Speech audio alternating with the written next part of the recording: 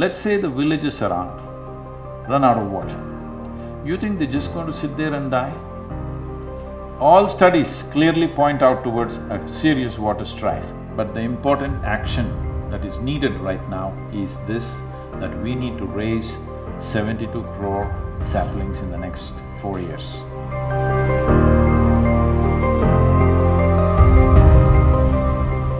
We are very happy to announce that the Karnataka Premier League, KPL, will be partnering with Rally for Rivers, Kaveri Calling, and will make this movement as their social cause partner during this KPL season.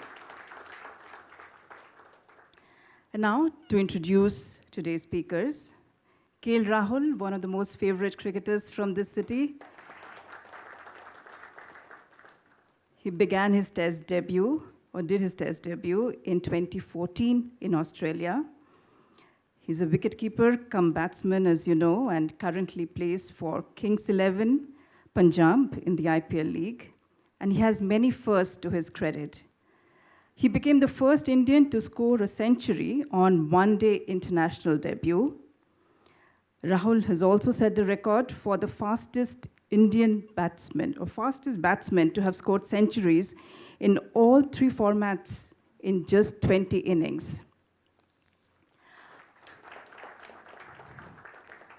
And Sadhguru is one of the leading batsmen of the country, now batting strongly for the environmental causes, perhaps the only light that we have.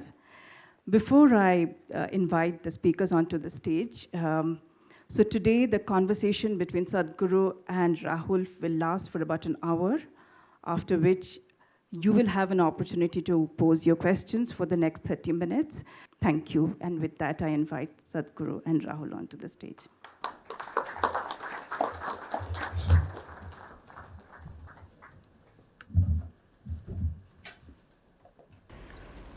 Namaskaram, and just because she said I'm some kind of a batsman, don't bowl a googly to me, huh? I'm not. I haven't played cricket in ages.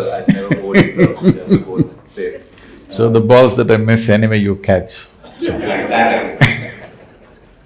evening, ladies and gentlemen. So first want to say it's a huge honor to be here on stage with you.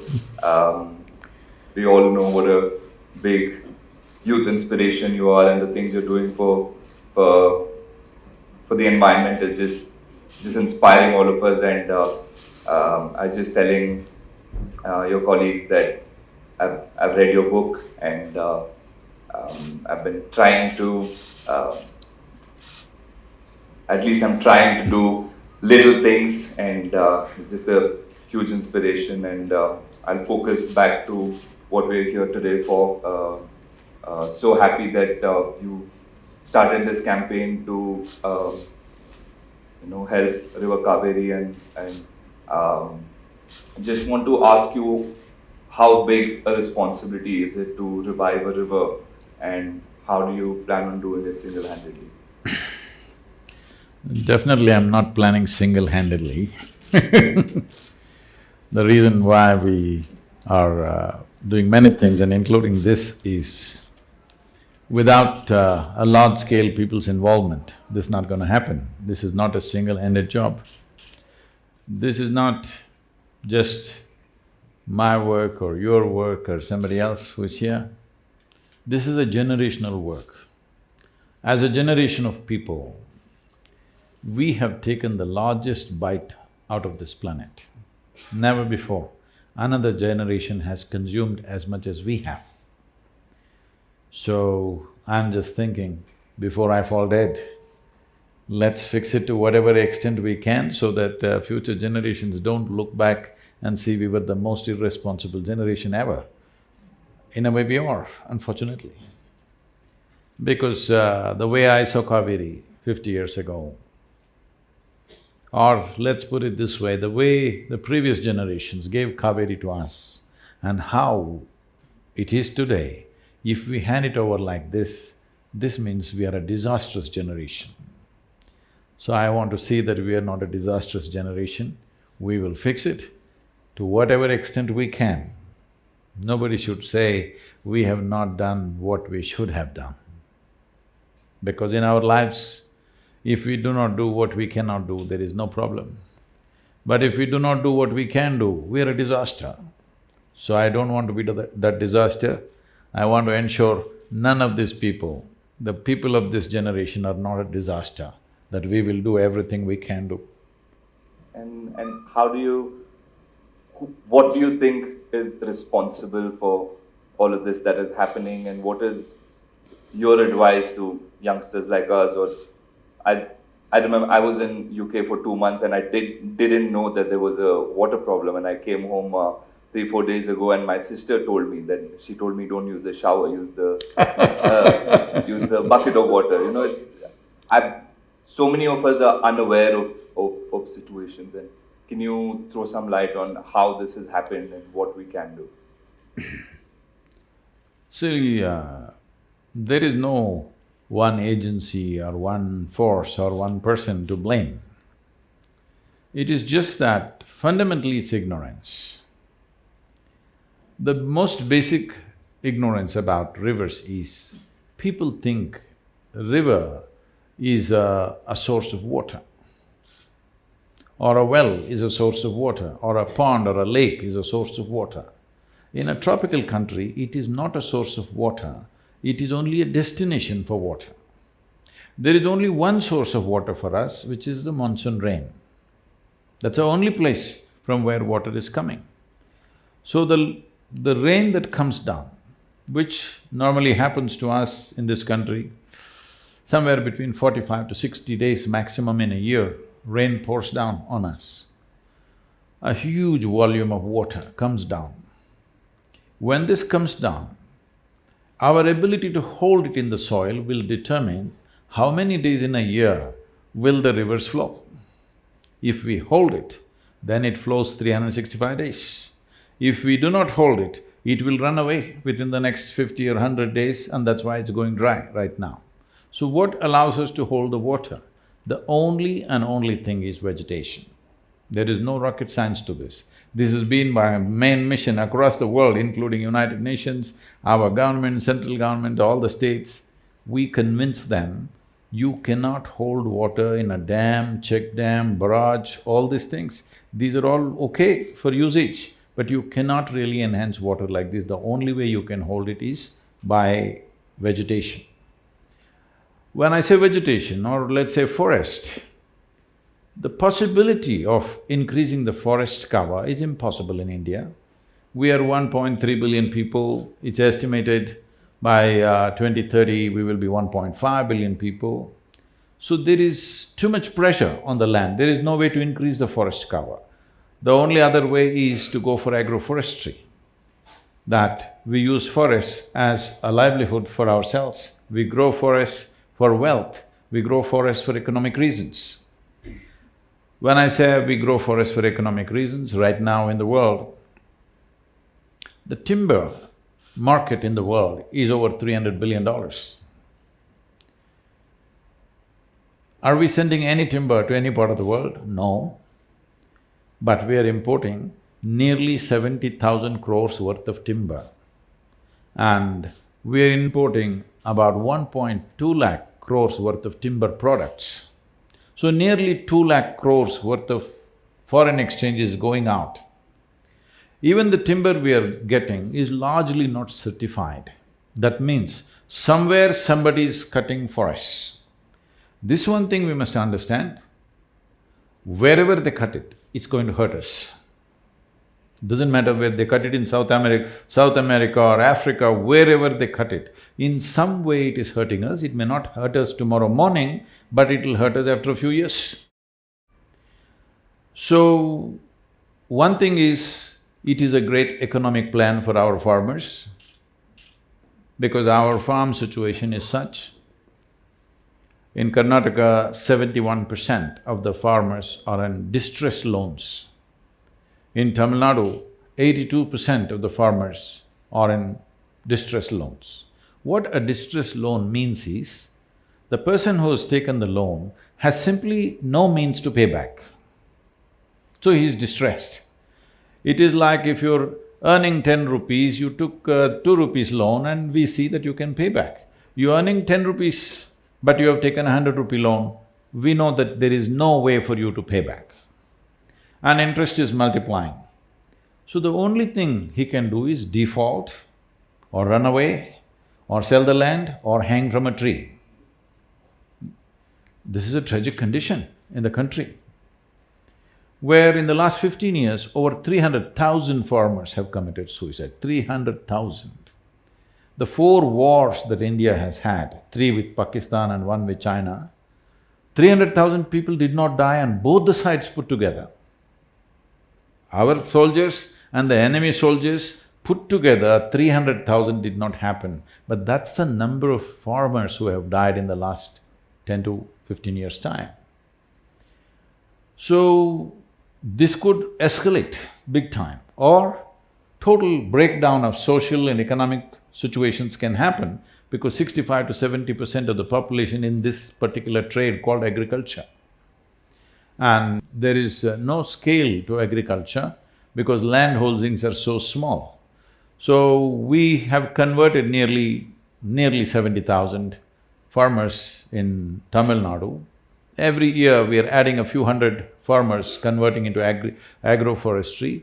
We could go like this, but it would just take maybe another 2 to 3 generations before we achieve what we want to achieve. So right now Kaveri Culling is an effort where I want to crush the time. In 12 years' time, we can do this if the necessary economic incentives come from the government. To one part, till we achieve 50% success, if there is economic incentive, after that even that will not be necessary because people will see how beneficial it is. On an average in Karnataka, they're earning 44,000 per hectare per year.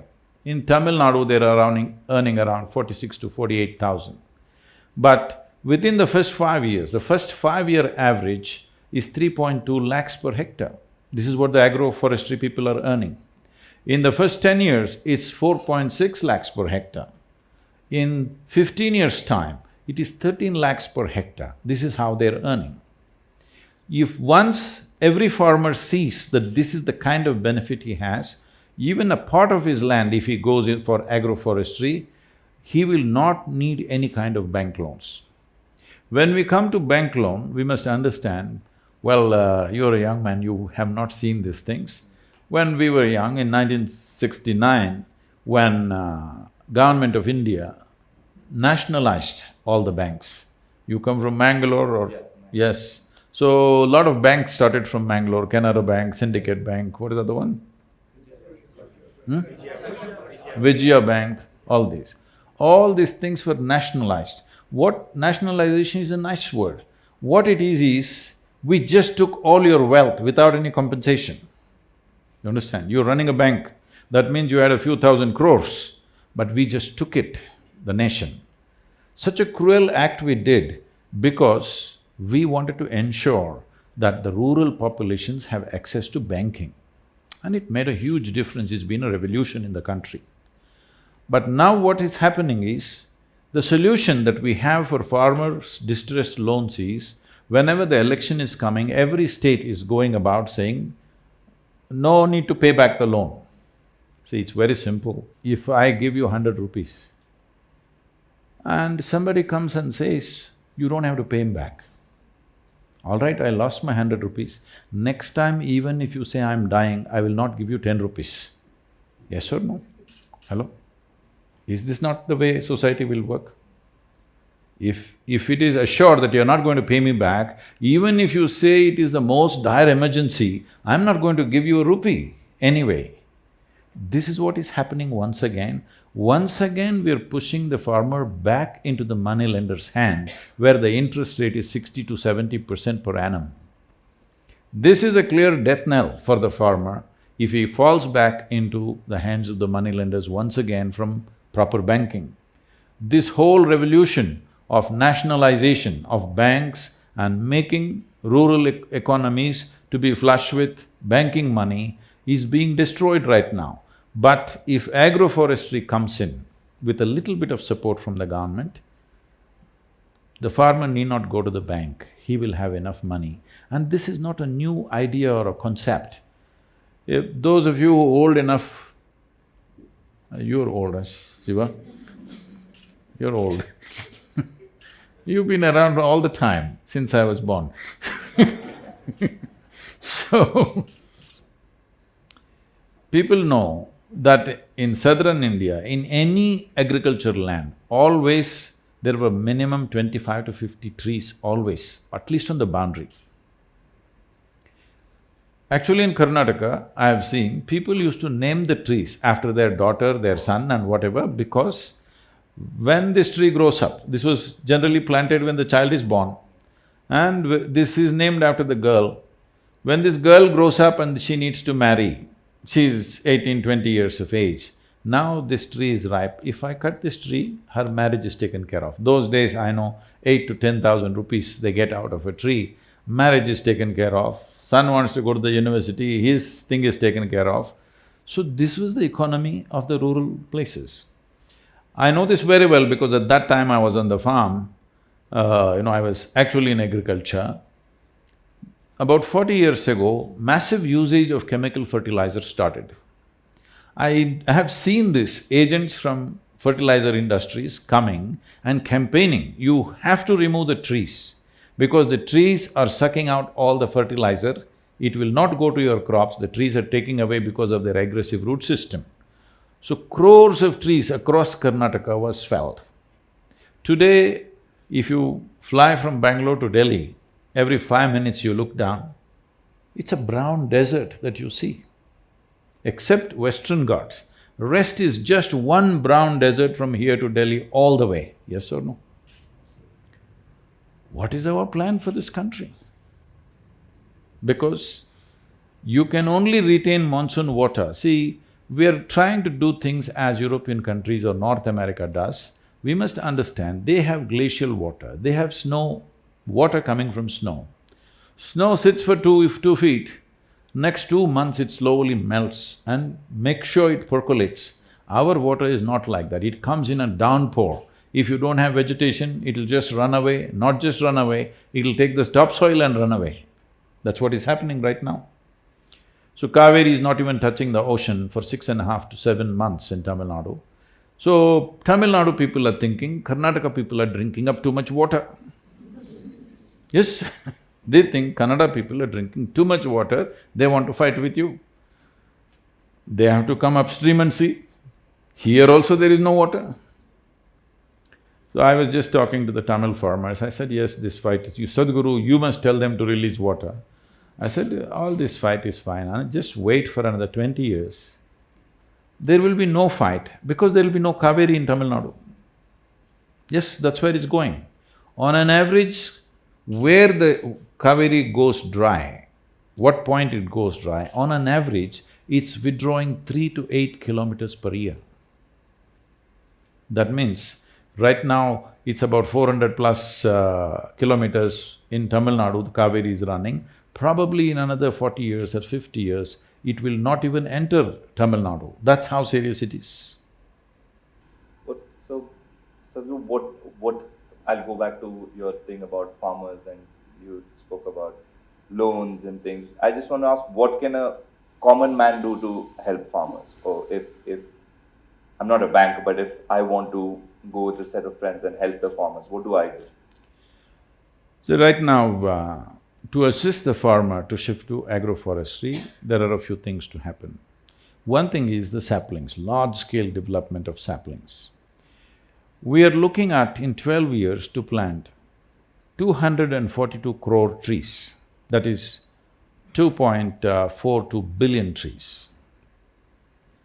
If you want to do something so massive, it needs a very organized effort and it needs a certain agility, which normally, I'm not trying to criticize anybody, but normally the state governments don't have such an agile machinery to act.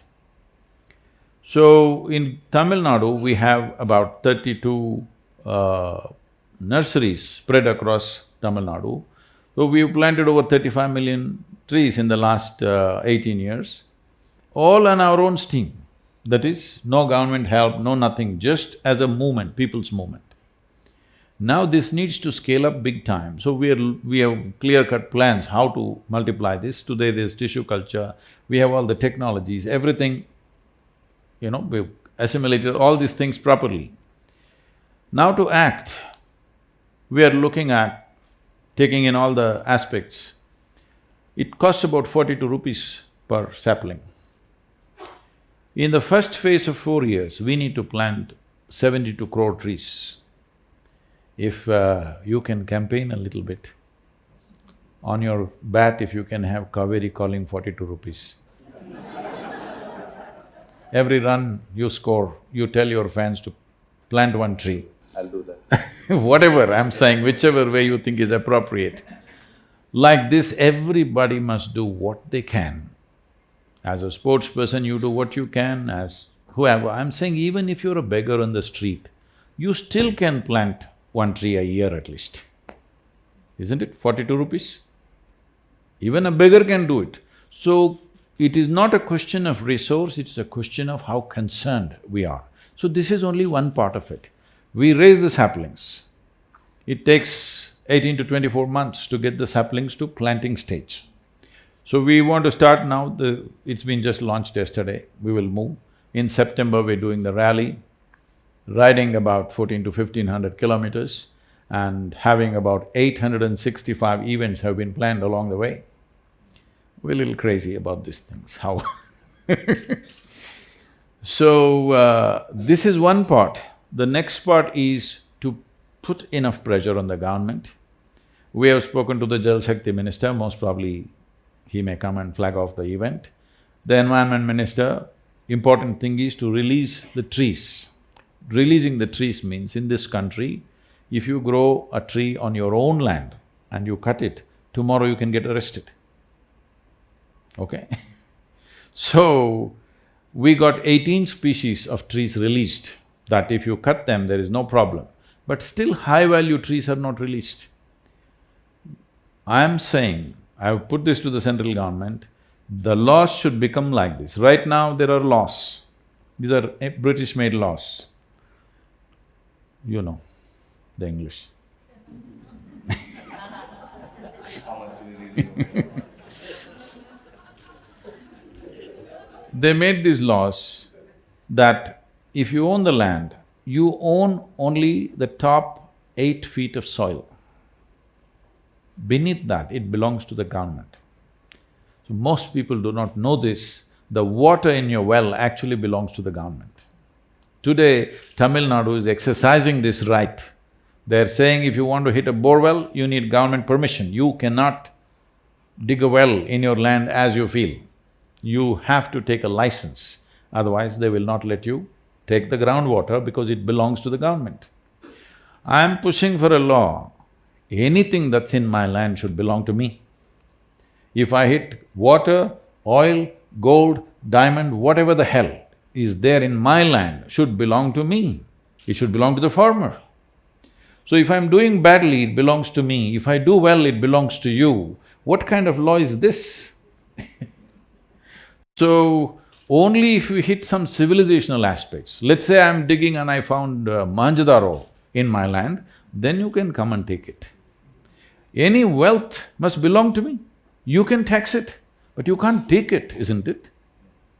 You should not be able to take it, but right now that's how it is. So we're pushing for laws like this.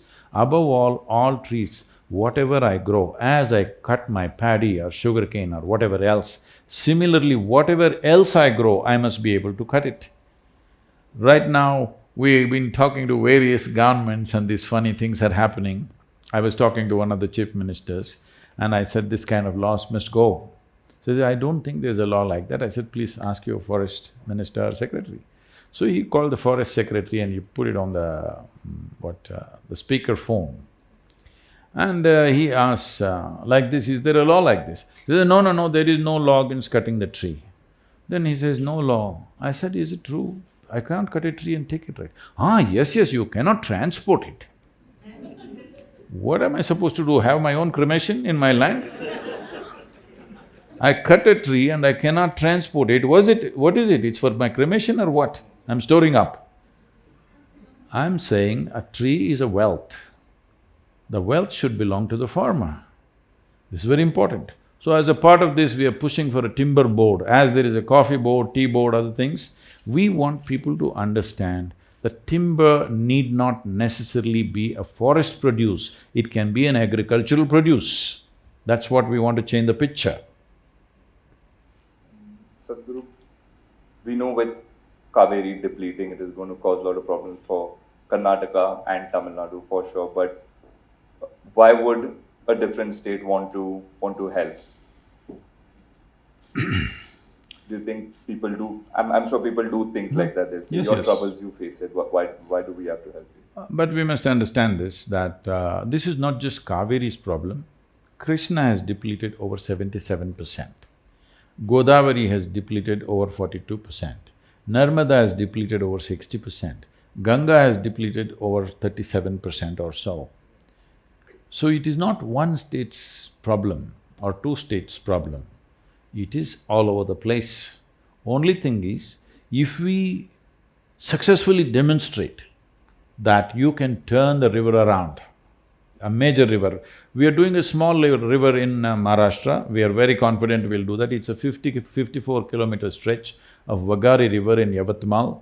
Yavatmal has been considered, unfortunately, as the suicide capital of this country.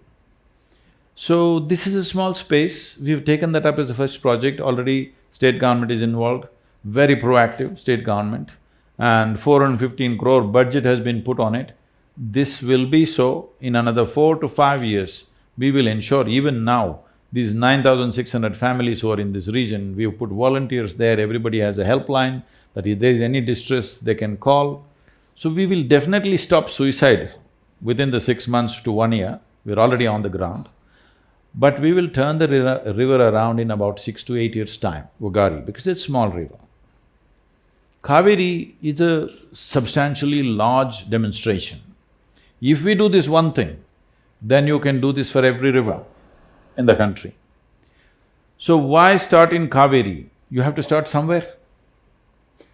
Hello? You have to start somewhere because we always start from Kanyakumari, we're starting from Kaveri, from south. And in many ways we are attempting Kaveri because this is a population which is most conducive for something like this. Another reason is, this is a river which is flowing through just 2 states. Most of the rivers are flowing through 4, 5 states. Getting those 4, 5 states together is a much more complex affair rather than these 2. And these 2 states, right now, there is a background of water distress. I foresaw this distress almost 8 years ago, that this is going to be happening. And because there is such a distress, both in Chennai and Bangalore is getting there rapidly, I think it'll be a successful process here than anywhere else because you still can't talk to other cities. You must understand this, water distress is not today. If you've seen old movies, you will see the women folk are carrying a pot or a bindige, and walking, and of course the hero will go romance, sing songs around her, everything. It's all right for the actress because she's carrying an empty pot. But in the village, the woman is carrying 15 kilograms on her head and walking. No song will come out of her, all right? She cannot even open her mouth because she's carrying such a huge weight. So we thought this is romantic. No, every day she spends half her life just carrying water. So in Tamil Nadu, it is very popular in the culture, they'll say if something really nasty is happening in a home or anywhere, they say this is like Kolai Sunday. That is, they go and fight near the tap, the women. So 2 women are fighting, they say this is like Kolai Sunday. It's become culture. So when women were fighting, women folk have been fighting at the taps for a long time, that it's become a cultural thing. Why were they fighting? Is entertainment? They were not fighting for fun. Every day they have to go and stand near the tap, there's a long queue, but the damn tap is wet only for half an hour, 1 hour. If it gets over, you have to fight and jump the queue somehow. So when women were fighting, abuses were flowing endlessly. Now men have entered the scene because the situation has become more dire. Once men enter, deaths are happening, they're killing each other. Naturally, women were doing verbal fights, Now physical fights are happening. You heard one death happened in Tamil Nadu. Many fights, physical fights have happened. In UP, a pregnant woman was killed just 4 days ago because men are entering the fight now. Now killings will happen. It's not far away when this can happen large scale, because you must see, if we fail to rejuvenate this soil and this water, the civil strife that is waiting on our hands is big. It doesn't matter, IPL has grown big, spiritual process is happening, businesses are happening, IT revolution is happening in Bangalore city. Well, in tomorrow, our scientists are putting a moon probe. All this is fantastic. But once water becomes a serious issue, the civil strife is going to pull all these damn things down. It'll put the country back 50 years within a matter of month or two, because the amount of civil strife that will happen, just imagine this. Let's say the villages around run out of water. You think they're just going to sit there and die? They will come on the streets of Bangalore city, isn't it? They will knock on your door, beg you for water. Of course you won't give because you have limited, because you're having no shower, just bucket. You won't give water. Then they will break down your door. Yes, they will. Let's not underestimate this. This is not to paint a doomsday picture, because the depletion that is happening at the rate at which it is happening, all studies clearly point out towards a serious water strife. Water strife will naturally transform itself into a civil strife. So whatever each one of us thinking are our achievements in this country, everything will become nothing when there is civil strife. You just spoke about cricket, so my mind is stuck there only. KPL has joined hands with… Wonderful, thank you very much. Calling Kaveri, and I'm so happy that they've taken this step. How do you think KPL or cricket or players from Karnataka will help in this cause?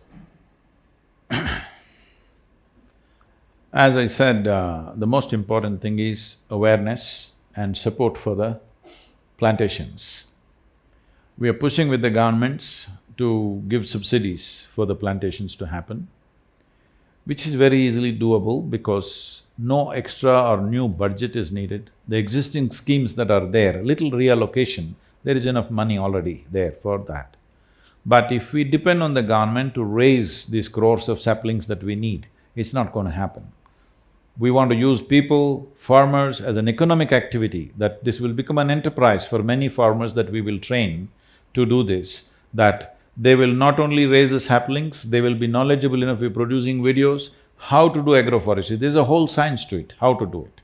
So we will educate large number of farmers who will start small enterprises of their own, in their own land, like 5 acres, 10 acres, they can raise thousands of saplings and this will become an economic process for them. So the most important thing that cricket can do is, because there are only two things which have huge reach in the country is cricket and cinema, probably. Cinema has too many languages, so it is limited to states. Cricket is national, totally, across all boundaries, and just anywhere it will work. So cricketers have a tremendous responsibility and role to play. How you want to do it, I don't want to prescribe to you, but the important action that is needed right now is this, that we need to raise 72 crore saplings in the next 4 years. 4 years this plantation must happen, means in 2 years we must raise, in 4 years the plantation must be over. Then only the 12-year plan that we have, we will go by that. See, at this stage in my life, 12-year plan is not a good plan. But I've taken this, don't make it 20 years, please make it 12 years, so that the last part of my life I can golf around a little bit and goof around also a little bit. Let's talk about that, Sadhguru. I know you love riding bikes, I saw the video, you like to play a bit of golf, and you were talking to me backstage, you said how much you like cricket but you don't get too much time to watch it, but I think you should go in the middle and hit a few balls when the KPL is happening. It's like golf, but See. the ball's coming at a… That's what, see, that's what… See, I never took a lesson in golf, nor have I ever been to a driving range, but I have a handicap of 9. So people say, Sadhguru, how's this? How do you do this? So I say, see, when I was young, I played hockey, cricket, football, this, that. There, for 22 people, there was only one ball. All the guys were trying to grab the ball. Here, I have my own ball. And there it was a fast-moving ball. Here the damn thing is sitting. I can hit it. But I've played a little golf too, but it's hard. I don't mind the ball. Like reacting to the ball is easier than doing something to a ball that is stationary. See, sitting ball hitting becomes difficult because you're juggling too many balls in your head. I'm juggling nothing. So I hit the damn ball. Just from a sports point of view, I'd also want to ask about mindset and we constantly traveling, we're constantly playing and mental fatigue, physical fatigue, emotionally we're away from family and friends and there's a lot of things that go on in the mind, like you said, there's a lot of balls juggling, but it does happen. What could we do to maybe keep ourselves a little bit more calmer in our heads? Why are you so unambitious? Why are you saying little bit more calmer? I'll start with little and then I'll feel like your campaign, it has to build, so… Now, let's look at it this way. You keep your hand here. If you wish, does it stay here or does it jump all over the place? It does jump all over. It does? Sometimes. Then you will get bolder. Your hand must stay right there where you want it, isn't it? Hand stays, but here… No, hand, we're talking about the hand. Yeah. Your hand, you're able to keep it right here. If you want, it'll go here, if you want, it'll go here, if you want, it'll go here. Suppose your hand became like this, it's jumping all over the place. Suppose my hand jumps all over the place, they would think I have some kind of an ailment, isn't it? Hand jumping? Maybe that Mr. Parkinson visiting us or something. So, we have to look at this. Unfortunately, in these societies, we think mind jumping all over the place is normal. It's not normal. That's not the way human mind is made. There are some fundamental aspects which there's no time or space to explore those things here, but we must understand this much. This body and this mind must take instructions from you, isn't it? No? Your body and your mind. If it doesn't take instructions from you, this body and this mind, it's more a nuisance than help. Yes, it is more of a nuisance than help. Right now, people are trying to manage the nuisance. As you said, if it becomes little less nuisance, I'm happy. No, it need not be a nuisance. See, the reason why you physically train is so that your body doesn't come in the way, isn't it? See, the idea of training is not to put your body out there, that when I'm performing activity, my body is not in my way, it's not my tripping point. My body is behind me, supporting me, not knocking me down. That's the idea of physical training. Similarly, there should have been substantial mental training, but training means people are having a psychologist. That is when you're ill. Hello? Trying to change attitudes, it's not about attitudes, it's about understanding the mechanism of how this mental structure functions. As physiology functions, the psychological framework functions with a certain parameters. If you do not understand that and handle it, then it is only by chance on a certain day you are in the zone. Rest of the time, it's a risk. The rest of the time you're chasing that mindset where, some days, like you said, some days automatically you end up in that mind space, in a good mind space. And after that, that is where you want to be. So rest of the time you're chasing it.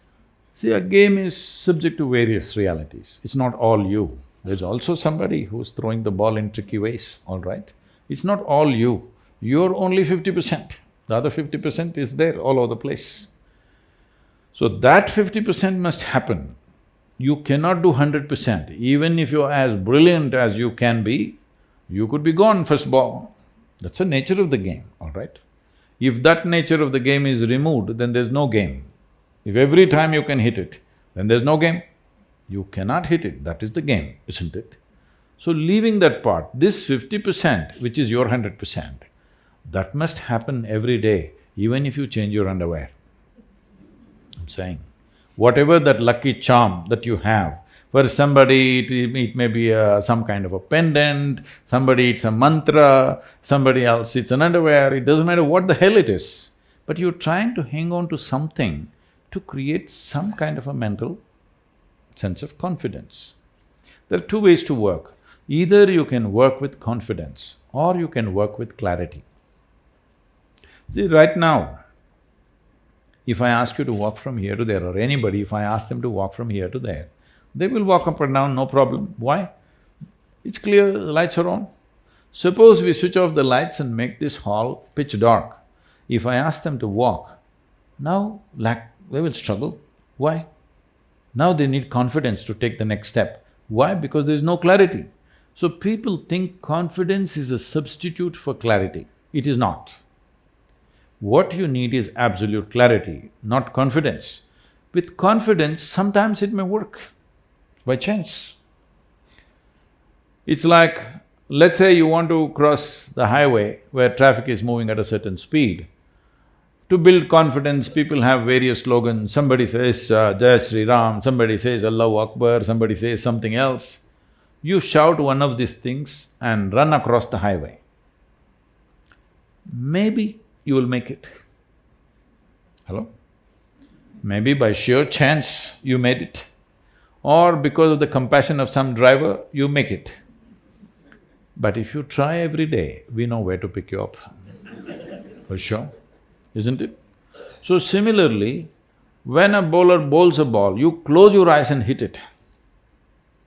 Maybe it'll go for a sixer. But if you try every time, we know what, right? This happened. An American lady came to Bangalore. This was… now those auto rickshaws have gone down. At that time, auto rickshaw was the fastest thing going on the Bangalore roads. It felt fast because it made a lot of noise. It was doing only 40-45 kilometers per hour, but because of the way they drove on three wheels, it felt like it's a Formula One or something. So, this lady came and this guy is just driving to impress this foreign lady who's come to the city. He's trying to impress her with his skills of driving, and he's going through everything, and so two buses are coming, he goes boom in between, and she just screams and yells, and all this happened. Then after she got down, she asked him a particular moment when those two buses came, how did you make it? There was hardly any space. He said, I closed my eyes.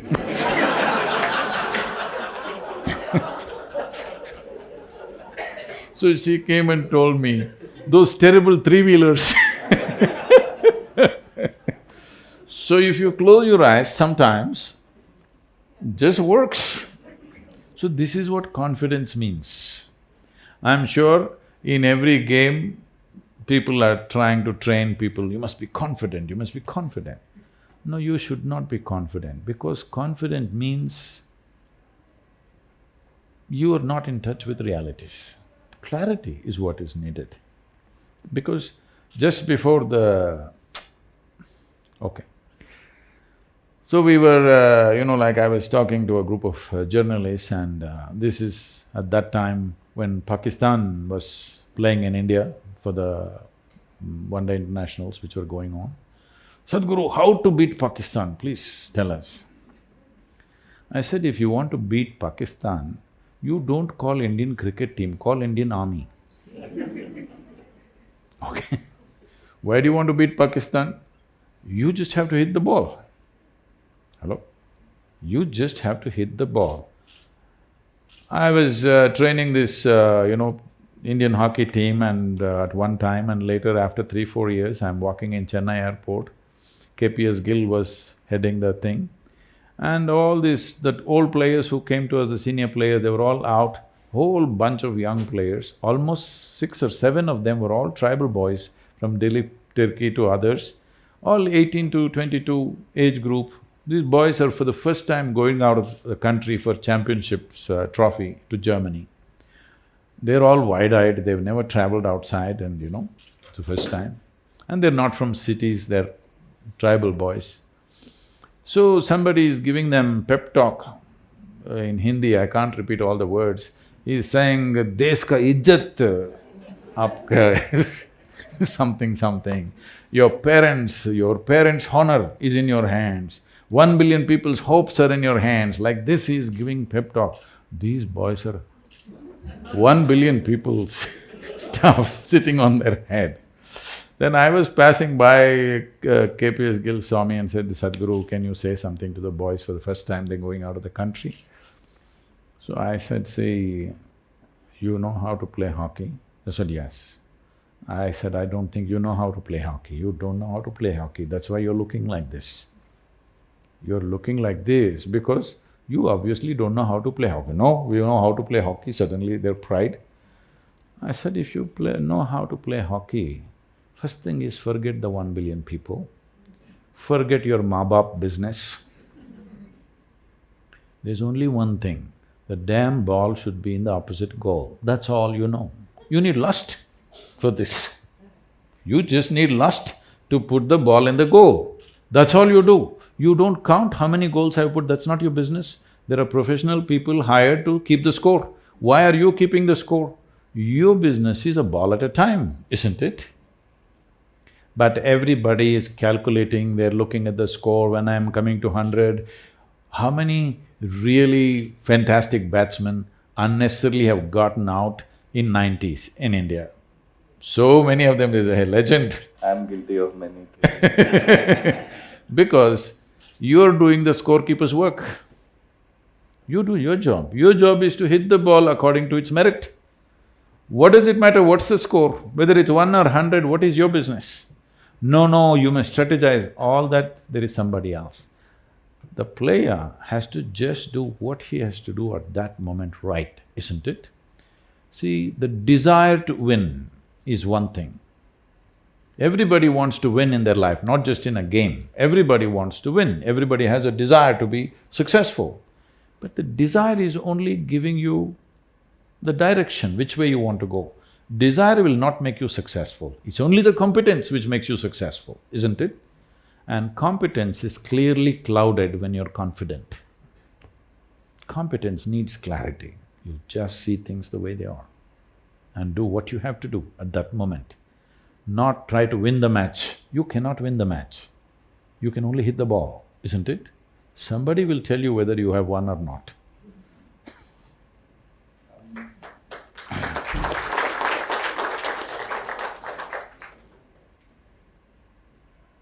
Happiness, there's… Professional happiness makes me the happiest. Being happy with family, that's a different kind of happiness. But when I score or when we win a game, that… I feel like I've lost it somewhere. I don't know which makes me more happy. Which… obviously winning a game gives me that high.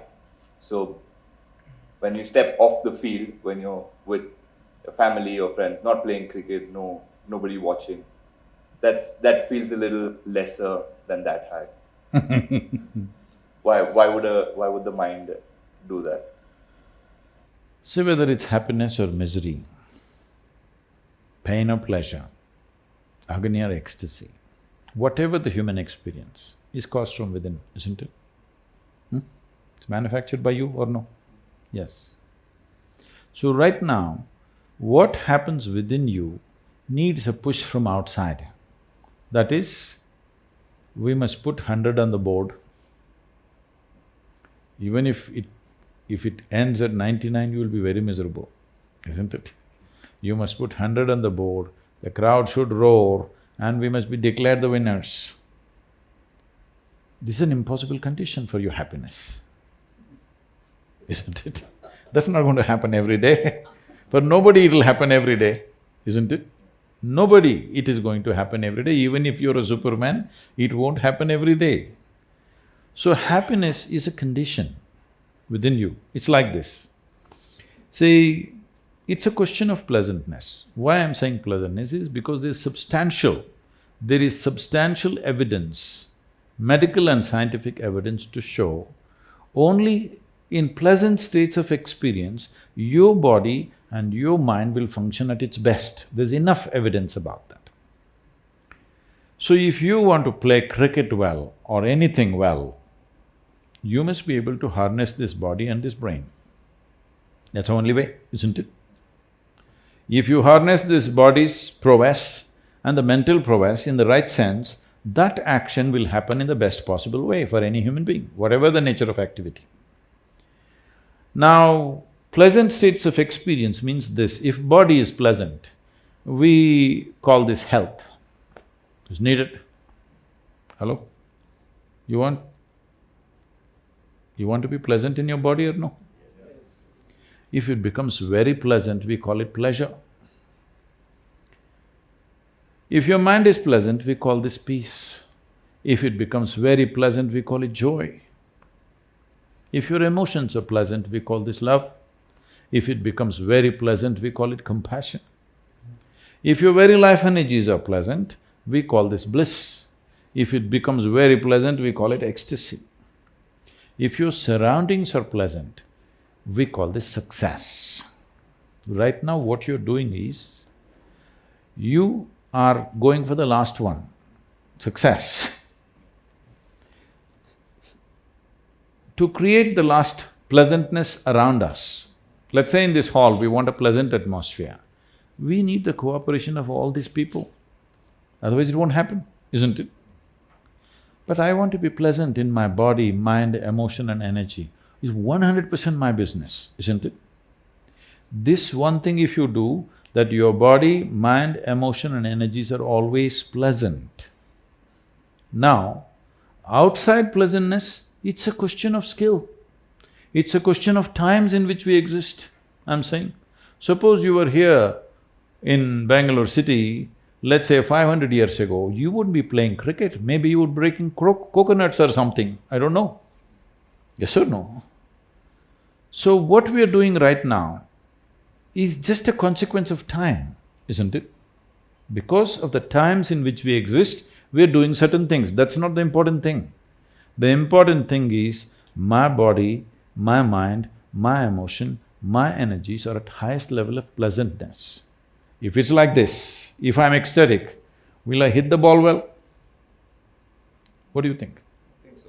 Yes, 100%. Because your body and your mind will not come in your way. There are other things, of course. Outside situations are there. Maybe it's a ball that nobody can hit sometimes. That's a different matter, but you are not the issue. This one thing everybody must do in their life, in your life, you're not the issue. There are 1,000 other issues to handle. But this should not be the issue. Once this is not the issue, you will effortlessly handle other issues. This doesn't mean everything will work your way, but what best you can do will happen in your life. As I said earlier, what we cannot do, it did not happen, that doesn't matter. What we can do did not happen, this is a disaster, isn't it? So my last question before they can ask you some question. Can you elaborate a bit on how this 42 rupees will be used in the project, and you can throw some more light on that? The detailed breakup we can give, this involves this kind of activity. One thing is, our volunteers are on the ground. Let me explain what is a volunteer. When we did the Rally for Rivers, the entire Isha Foundation is a volunteer force. But apart from that, when we went for Rally for Rivers, I gave a call to the youth of this nation that for 3 years, if you can focus your life on India's rivers, we can make a huge difference. So they said, but Sadhguru, we don't know anything about river, we don't know what is environment, how to fix it, what… I said, you don't worry about that, we run a 4-month-long training programs for this. I said, there's only one qualification you need. That is, you must suspend one thought in your head. That is, what about me? This one thought you suspend for 3 years, I will see, we will make you into a Nadivira. Hundreds of them came forth. Many of them resigned well-paying jobs. A few of them halfway through their PhDs, they dropped their studies and they are with us. Now, for Kaveri calling, we are going to call many, many more. In Yavatmal region, they're meeting every family. They're just on the ground, meeting every family in the region to make sure they know what they need to do to come out of their present situation. This is what has not happened in this country. The last mile, nobody is willing to walk. Somebody makes the policy up there, somebody allots the finance, somebody eats up half of it somewhere, all kinds of things happen. But nobody is going to that last man and telling him what he needs to do. What is it that he needs to do? Unless he does the right thing, there is no solution. It is just academic, we are just talking about it. Solution will happen only when it touches the last man. Fortunately today, we have various kinds of mediums through which we can communicate. We don't have to necessarily physically meet 5 million farmers in this region. We can communicate in many different ways, we will be using every possible means to do that. So all this costs money, but that is not the major thing. The major thing is, we need to lease large tracts of lands and you need soil. In most of the places where they give you land, the soil is not suitable, so you will have to transport soil. So you need transportation and whole infrastructure to do that. All this we are doing on a certain scale in Tamil Nadu already, but this scale needs a huge push. So these 42 rupees, how it is managed is, we have a board of people, a responsible board.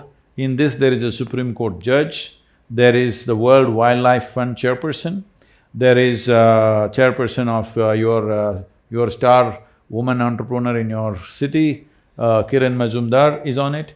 We have 2 former chairpersons of ISRO, that is the Indian Space Research Organization. We have the topmost water expert in the country.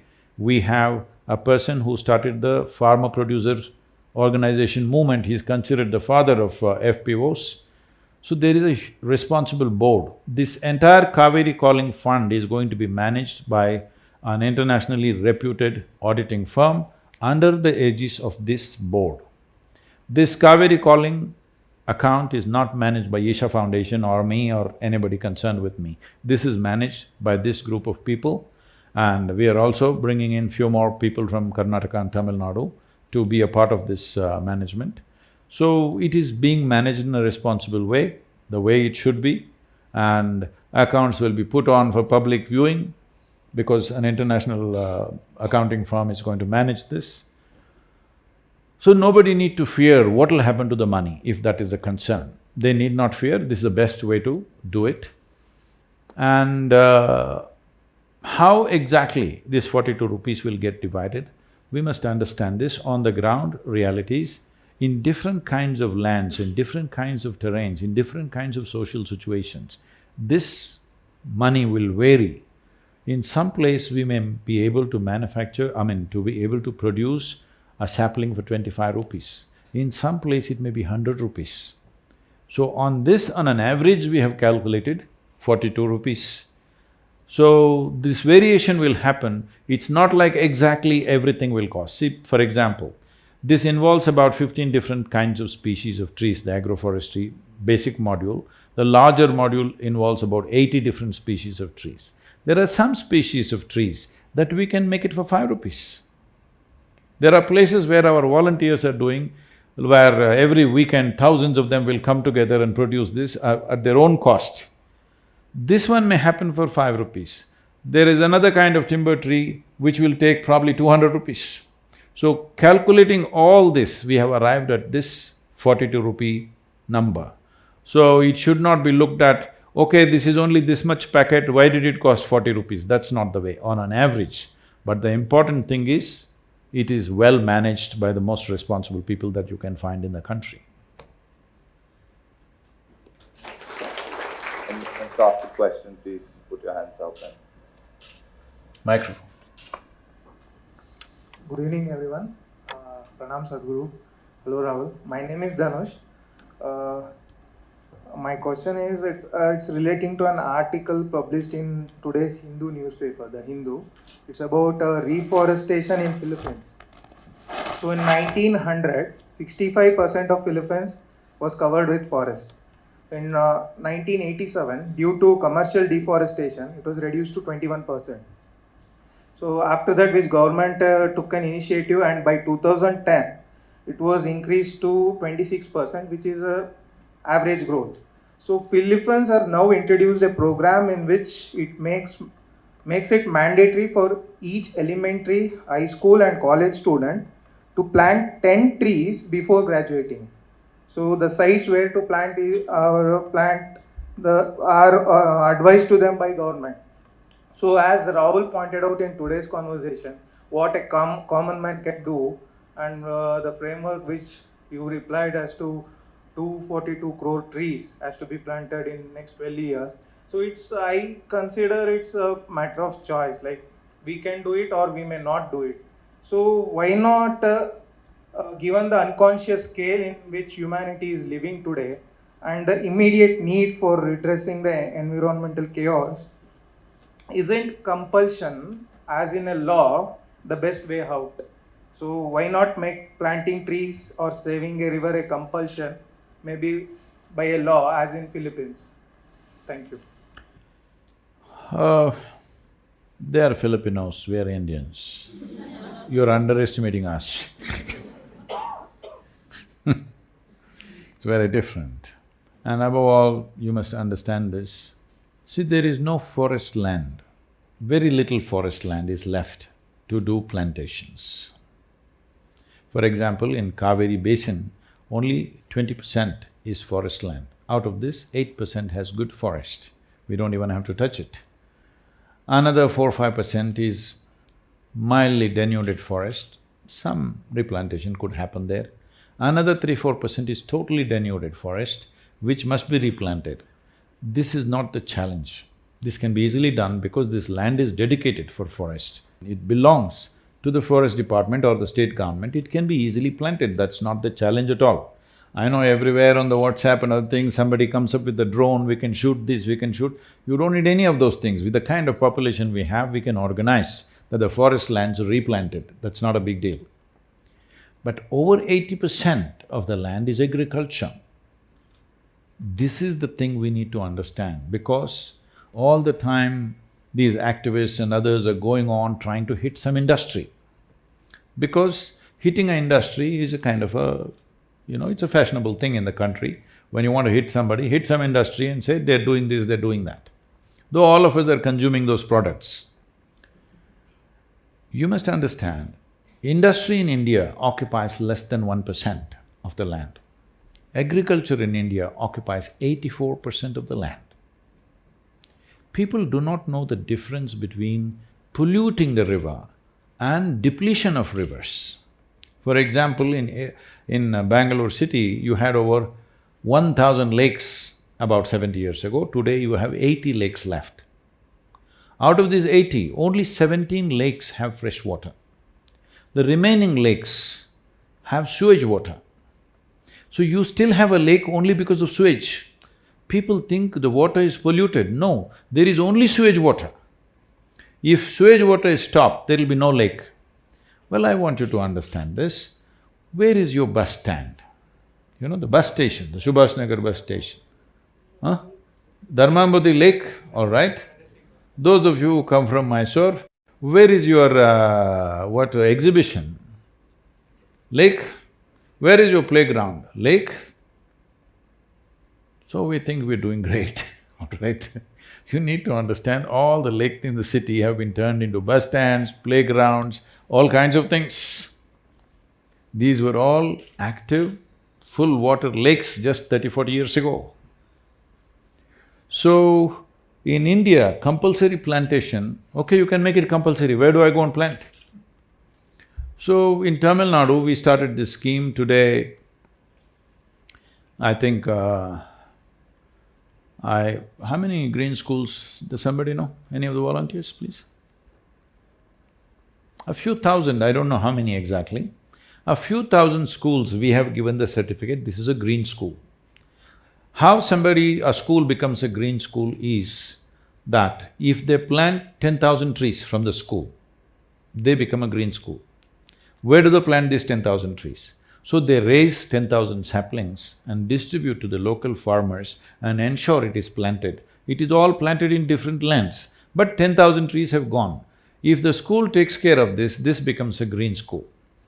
And we started another scheme, see, children like pets.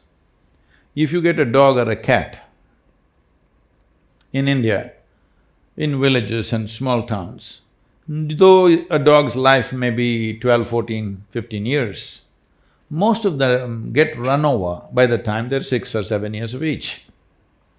So your loved pet get crushed on the street, you feel terrible. Everybody goes through a 12-year heartbreak with dogs and cats. So I brought this idea, you have a tree as a pet. It'll grow bigger than you, it'll live beyond you, you can enjoy it all your life, and you will be doing a great service to the land and the people and the animals and every other life.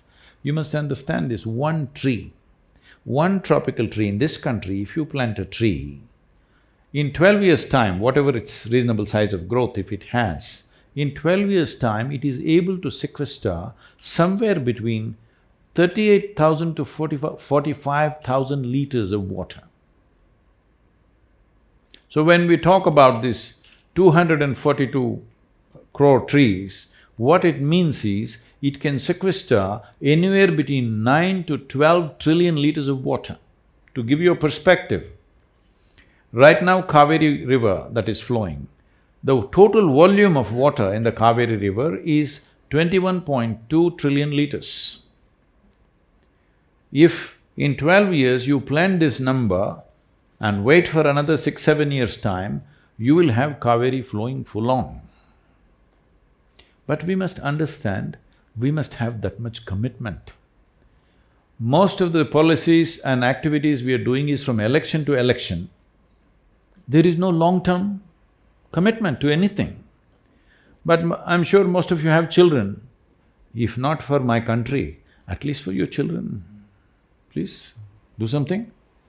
So it's not about making it compulsory. So you're assuming that you will not do anything. We are given to not doing anything. Why? That's not the case. I must tell you this. When I started for Rally for Rivers, all our people very apprehensive, Sadhguru, nationwide, will they respond? If they don't respond, what… I said, you don't worry about that. They said Tamil Nadu, Karnataka, they will respond. Once you go north, you can't speak Hindi, how will they respond? Who will respond? Like this kind of fears. I said, you don't bother about those things. 162 million people responded. Never before for any movement, in 30 days' time, 162 million people responded. So as I went, what I saw was, it was phenomenal to see this, because in every village, men, women, children waiting. I must tell you this, it really… Every day when I saw certain people, tears came to me because I'm driving around, I drove 9,300 kilometers in 30 days and I have no spare driver, I drive all the way. And I did 142 events in these 30 days, 184 television and news interviews.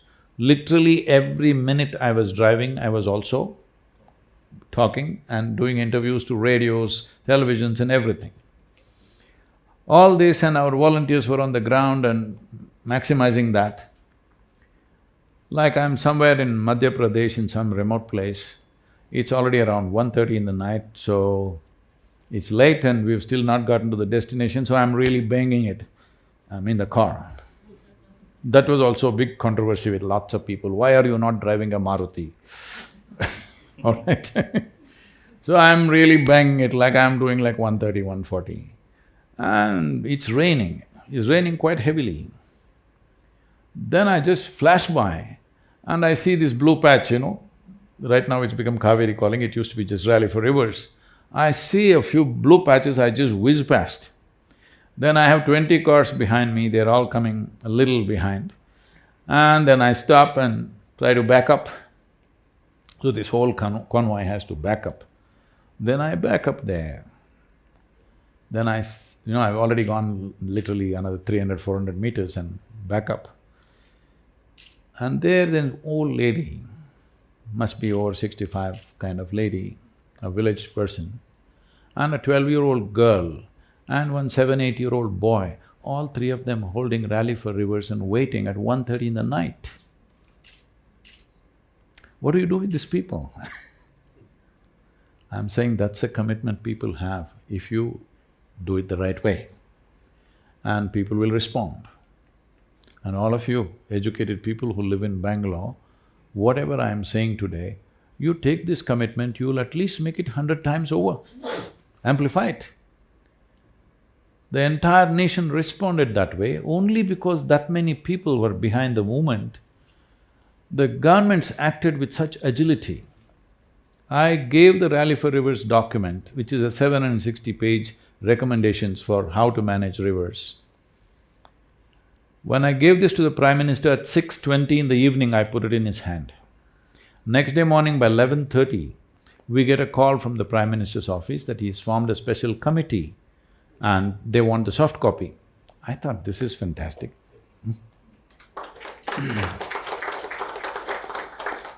And within about 12 to 15 days, it was in the hands of Niti Aayog, where I went and addressed all the ministries who are there as to how to put this together. They put this through the scientific process tests and economic tests.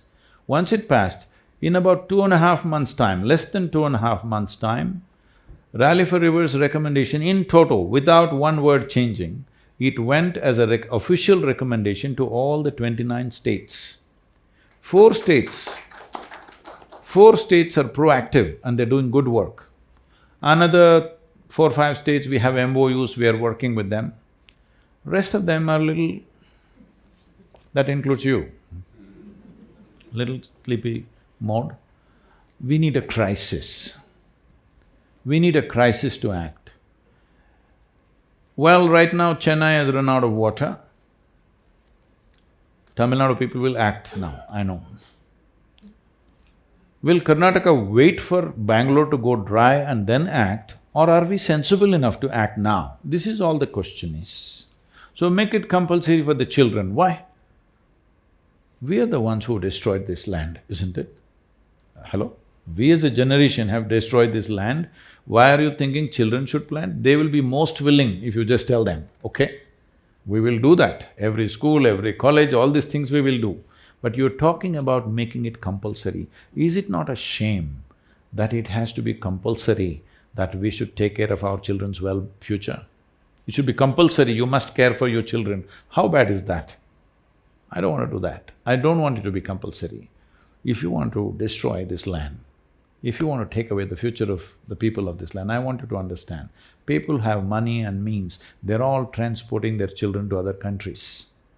But there are millions and millions of people here who cannot do that. 1 billion people who cannot do that. And as I said earlier, before the civil strife breaks out in a big way, when it'll be out of control, you can either apply… First thing when in India, when civil strife happens, they'll cut the trees and throw it on the highway. At that time, you can't talk to them, plant a tree, do this, do that nonsense. Right now, it's still in control. This is the time to do it. There is a solution.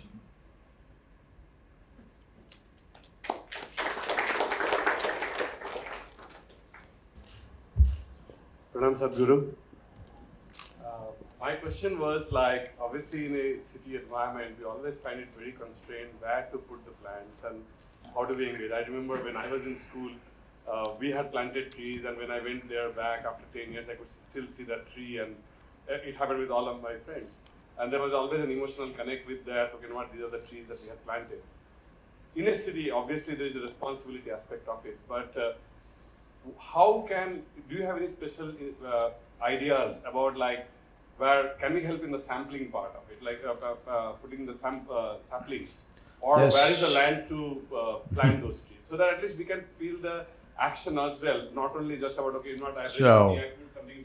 There are two ways to do this now. One thing is you just contribute 42 rupees per sapling. I'm not saying only 42. How many trees do you want to do? That many. That's one way to do it. But you don't have the money, but you have the time, all right? This is always the case. Those who have the money don't have the time, those who have the time don't have the money. So, you don't have the money. Can't you raise 125 saplings in your home and after 1 year you hand it over to us? We will hold schemes and plans for all these things, how every citizen can participate, how every adult, child, man, woman, everybody can participate. These things will be unleashed, we will put it on the social media, how to do it, where to do it, everything. But in your home, even if you're living in an apartment home, 25 saplings you could raise, isn't it? You will have the joy of seeing them growing in your balcony. Possible or no? Even if you have a two-bedroom house, you can still do it. Yes or no? So you either give the money, or where we will do it in large-scale nurseries, which is more efficient way of doing, because gathering this from every home is going to be a serious challenge. Because transporting saplings long distances is going to cost us so much. We will be having nurseries all along the Kaveri basin, which is 83,000 square kilometers. I want you to understand the scale, you understand? It's 83,000 square kilometers of land, because this is a serious problem that in people's understanding, why we took up Vagari river is because it's a tributary. See, people, if you say rivers, ask anybody, what are the rivers in India? They will say Ganga, Narmada, Godavari, Krishna, Kaveri.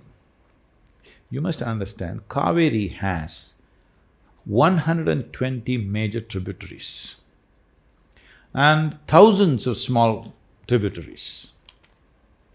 If the tributaries don't flow, Kaveri will not flow. Kaveri is only a destination, it's not a source. So, the basin includes all these 120 tributaries. If you don't enrich them, people think we are going to plant just on the side of Kaveri riverbank. That's not how it is. That is a simplistic campaign we did with Rally for Rivers, just to make people understand 1 kilometer on either side. That is not the plan. You must understand this idea that catchment means people think it's somewhere in Madikeri or that Coorg area, that one valley is catchment. No. In tropical land, every square inch of land is catchment. You need to catch the water that comes down and hold it in the land, put it into the land, because it is not just the river, it is the aquifers. If the aquifers are not full, they will suck away all the river water. Water is not just about river. Right now, we are using Kaveri as an emotional pitch, but the real thing is, the soil should become enriched to hold water, and it is everywhere. That wherever you dig, there must be water, then only Kaveri will flow, otherwise she will not flow, land will suck it out. So, we will come out with all those things, but I want you to understand, all those things become more… See, suppose you raise 20 or 50 saplings in your house. For us to take it and plant it somewhere, because you will raise one species. Now that one species needs a mix of another 12-15 species, because otherwise agroforestry will not work. For the farmer, in 4 years there is a crop, in 7 years there's a crop, in 10 years there's a crop like this. For this we need various levels of species, and there are other grasses and bushes which also add to this. If you grow in your house, I'm not discouraging you, you must do that. We want that people's participation, but practically that is not the best way to do. It must be located where we want. Otherwise, transporting one sapling from this place to that place, in the city we have to come and gather it from you, that's going to cost us a lot of money. Well, we can do it on a voluntary basis, that all of you bring it to one place, but that preservation, let's say we gather it in some school ground, we have to water those saplings. If we cannot water there, it starts drying up, then the media will start making scandal out of it. See, these people got the saplings and they couldn't water it. I'm saying there are many complexities.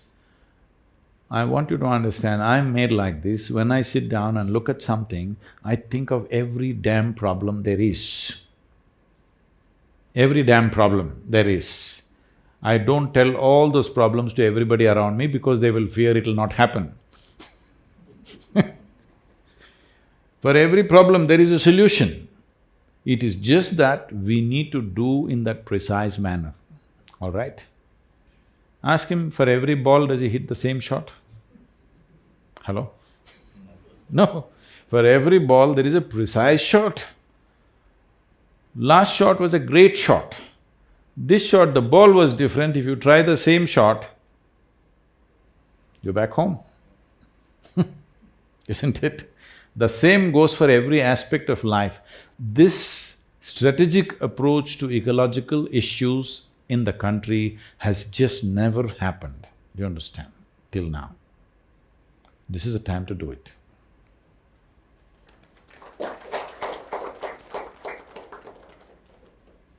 If Rahul and his team really pitches for it, I think 500 million saplings will happen, because at least there are 500 million people who will do it if they just say it.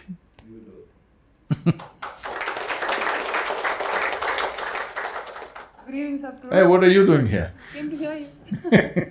So I have two questions. One is, when are we playing golf next? I'm playing tomorrow, it's up to you. Okay. My second question regarding Kaveri calling is, how would you influence a fractured government that Karnataka is blessed with to come forward and do something like even having subsidies, for example? What happened in Coog in August? Don't go there, don't go there. No, I need to go there because there's something very important that happened.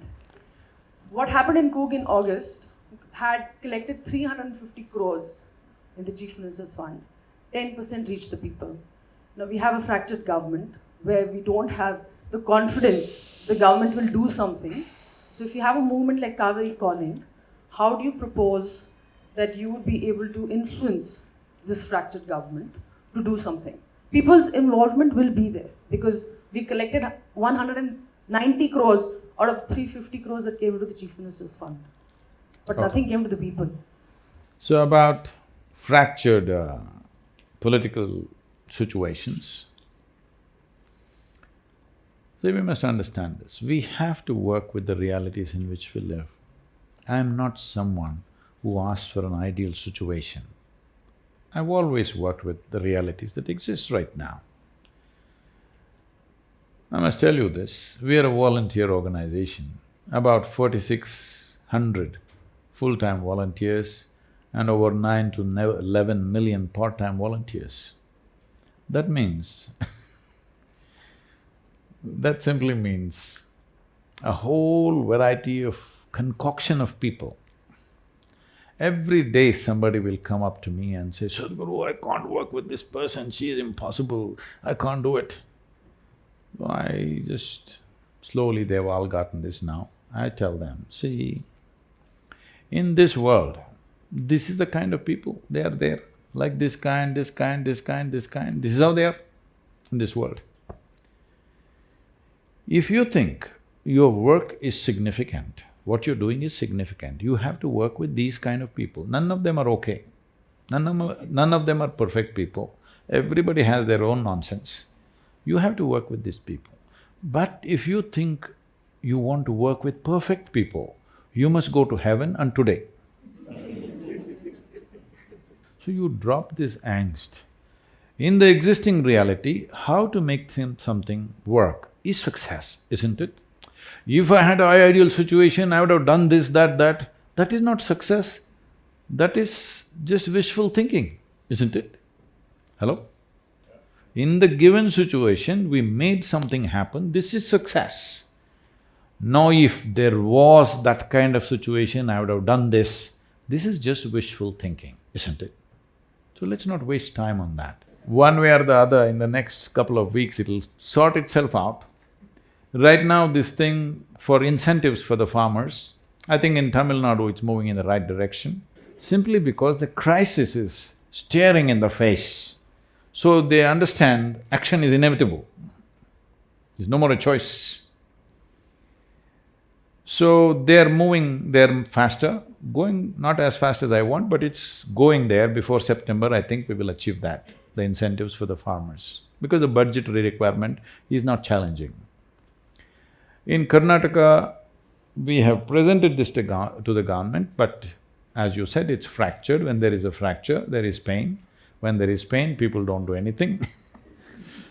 That is a reality, but the thing will happen, there is time. So, we have a counter plan for this. If the incentive comes, we will go about campaigning in every village in the Kaveri basin.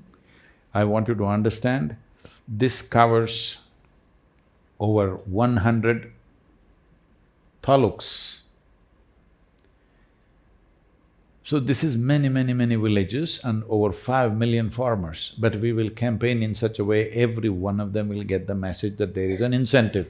And of course, government machinery also will announce that there is an incentive.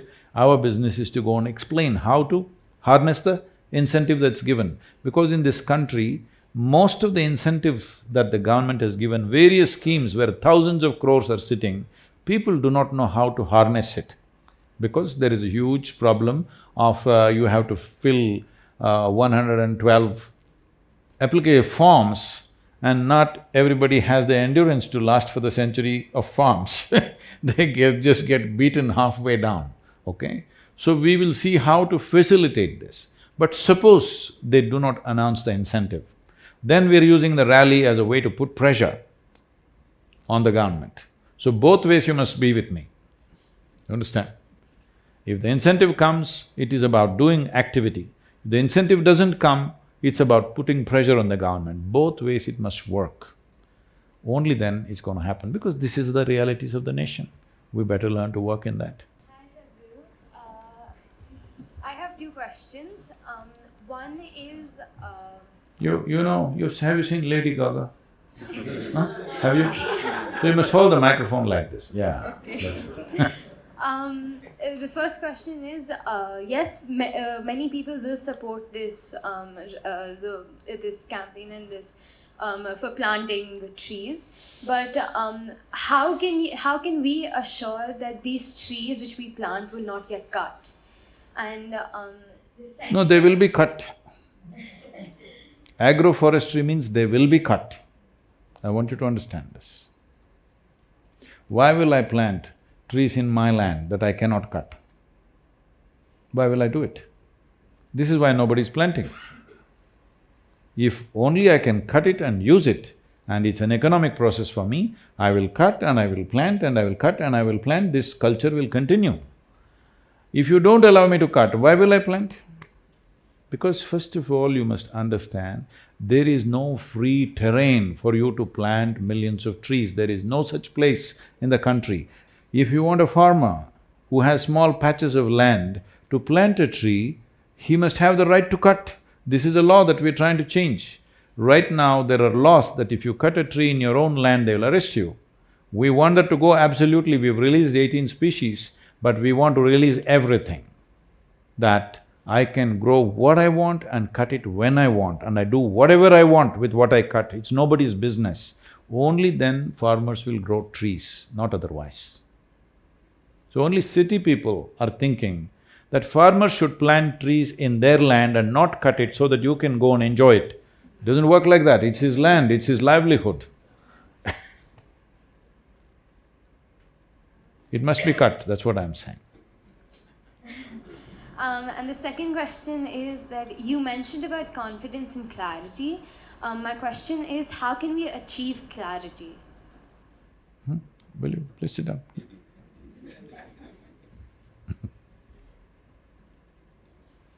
See, suppose your eyes are a little foggy, you go and get glasses, isn't it? Suddenly you wore your prescription glasses, suddenly everything is clear. So you did not improve the world, you only improved your eyesight, isn't it? Hello? Suddenly the world looks better. The world you did not improve in any sense. So you must understand, confidence is about action. This is not about action, this is about the way I am. My eyes are clear. What I will do with it? I may plant trees, I may hit a cricket ball, I may hit a golf ball, or I may drive, I may do whatever nonsense I want, all right? The important thing is my eyes are clear. So I'm only enhancing my faculty. I'm not thinking of what to do. What to do is my choice. It is individual choice, everybody can do what they want to do. But your faculties must not become cloudy. One reason why, because this question came in terms of cricket, and this is very true with every aspect of life also, is your education systems have confused you that memory is intelligence. You remember some rubbish that you have read and write it, you're first rank. I never understood why I should write what I know. I never wrote anything in my test papers, always consistently I got 6 zeros throughout my education because I didn't understand why I have to vomit whatever I think I've read. So, we have misunderstood memory as intelligence. All these people are going to have a deep shock in the next few years because artificial intelligence is coming. My phone has 100 times more memory than you. That's why it's a smart phone. You call somebody smart only because it's smarter than you, isn't it? Hello? You will say somebody is smart, why? He's smarter than you, that's why you're calling somebody as smart. If he was not smarter than you won't say he is smart, isn't it so? You will say he's dumb. So, phone has become smarter than you simply because your idea of education is just to remember a few things. By reading 10 books, somebody becomes a scholar. By reading 100 books, somebody becomes a doctor. By just reading one book, somebody becomes a representative of God. Yes, unfortunately this is the best qualification you can get. By reading one book, you become God's representative on the planet. Fantastic, isn't it?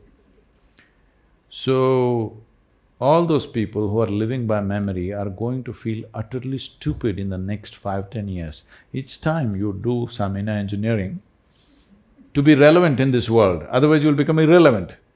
They're inviting me to all kinds of artificial intelligence conferences in the world, and they're asking me to speak about this and that. I said, why are you inviting me to artificial intelligence? I'm not artificial intelligence. They say, no, Sadhguru, the problem is what will we do? Professors and scholars and others, they're worried, what will we do? Well, you'll have nothing much to do, you'll be of no significance. It's just like this. See, let's say 500 years ago, if you had really big muscles like that, we would make you king of Bangalore because you're so muscular. Today, maybe we'll put you at the gate of this hotel as a security man. That's the best job you can get. So I'm saying, bouncer. So, man's muscle lost relevance because why? Machines came, isn't it? The power of the machine neutralized man's muscle. This is the reason why so many women are sitting here today. Not because of some liberalization that's happened, simply technology, machines came and neutralized the power of man's muscle, and suddenly women also can come and sit here. Yes, that's a reality. Now people who have instead of muscle, now the focus has shifted to memory. Those who have a certain amount of memory, they're strutting around. Even when I was in school, I always wondered, these people who just read a book a few years ahead of me, why are they strutting around like they're superior human beings? All this nonsense will go with artificial intelligence. You need to have something worthwhile within you, not memory. If you say something from your memory, I will pull out my little gadget, it knows everything that you know. Today, nobody is consulting their grandparents and parents for anything, they're asking Alexa, tell me this. Yes or no? So, you need to understand this, that clarity will come to you only when you're not contaminated by memory. When you know how to keep your memory aside and simply look at things, this needs little training. Your education systems have messed you up, making you misunderstand memory as intelligence. Intelligence is a different dimension, memory is a different dimension. These two things, if you hold it separately, you will be crystal clear every moment of your life.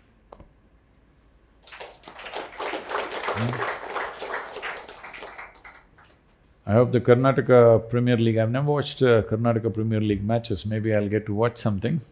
We'll be grateful if you could come for the finals at Mysore. When is that? It's on the first. First of? First of September. Whoa! So you want me to start the rally 2 days early? We want to be in Coorg on 2nd, I think it's possible. What is it? It's 2020. Lit, is it? Yeah. Flood lit, in the evening. I think I'm there then, 1st September. Positive. Ground is beautifully made in the middle of the university. Which is the ground you're playing? We play in the Mysore University as given as the ground. But that's not… there's no grass in it. I've played. Now is it? Now we Oh, we all played on rough ground and half my knee skin have left there,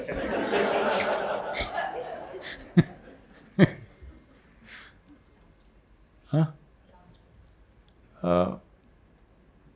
Okay, anyway, what do you call it, KP? KPL, Premier League. So, we wish you all the best. I heard that it's on till 2009, right? That's what they said. So, let this happen. I think finals I'll be there. 1st September I'm on the way anyway. So, it's important that the cricketing world stands up for this, and this is not one day's work. As I said, this Kaveri is a 12-year project. I feel in a matter of 5 to 6 years, if we have pushed it to a certain volume, the rest of the country and the rest of the rivers and river basins will pick it up by themselves. It's bound to happen. We will make certain policy changes at the center level, but the problem is, river is a concurrent subject. That is between the center and state. Center can only recommend, it's the state that needs to act. So the political scenario in the country is such now, most of the states are ruled by one party. I think this is the best time to make it happen, because if we convince the center, it can happen on all these states quite effortlessly.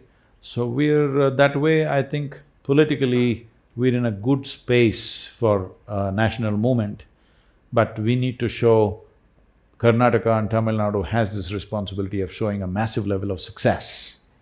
Then only it will take off everywhere else.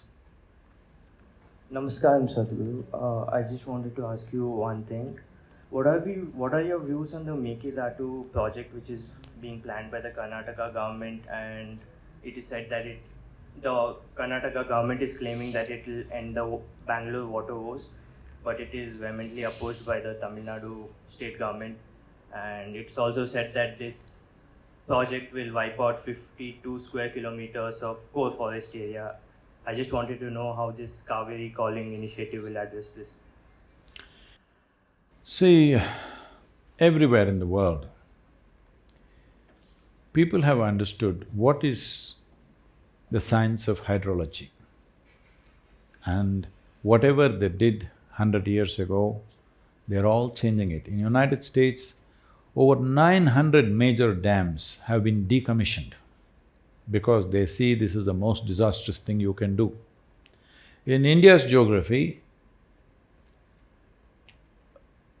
almost there's simply no room for building more dams unless you want to completely destroy everything. You must understand, an average temperature of over 32 to 35 degrees when it is there, if you hold water in a large lake, the evaporation in about 90 days is approximately 65%. So you want to evaporate all the land, all the water that is flowing through this is all knee-jerk kind of thing. So you're only talking further about how to exploit more. Instead of seeing how to revitalize, we are still thinking how to exploit more. Because most governments unfortunately think election to election. There is no long-term thought. But we must understand ecological situations have to be thought 50 to 100 years at least. At least 50 to 100 years. You can't think 3 to 4 years. This is 3 to 4 year thought. Right now we are in power. The problem is just this. See, if a particular government or all of you, if you plant millions of trees, your nameplate will not grow on the tree. That's a problem with the tree. But if you build a dam, you can carve it on the stone and put it there. Many dams in Karnataka have gone dry, all right, already. But your nameplate is there. This foolish man built this dam. I want you to understand, there was a time when the English suddenly left us in 1947, there's no infrastructure in the country. Something had to be done to survive. That time we did desperate things, built all kinds of dams, whatever. It's okay what we have done, we don't have to do post-mortem of that. But that time is over. Now there is a whole deeper understanding of everything, how it works. Now you're still talking about what we did 50 years ago and say, I will do the same thing. Because you have no sense of what's happening now in the world.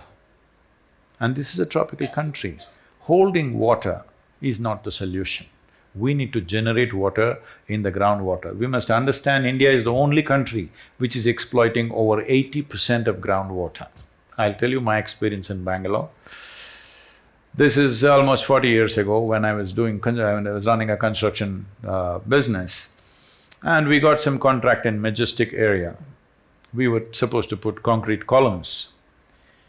We just dug 5-6 feet. It's full of water. You won't believe this. Every pit we put 10 HP diesel engine motors, but we could not empty the water, we could not put concrete into that. That's how it was. Today, I don't know, maybe you have to go 500 feet at least. Huh? In this city area? 1,000 feet. So you know what you have done.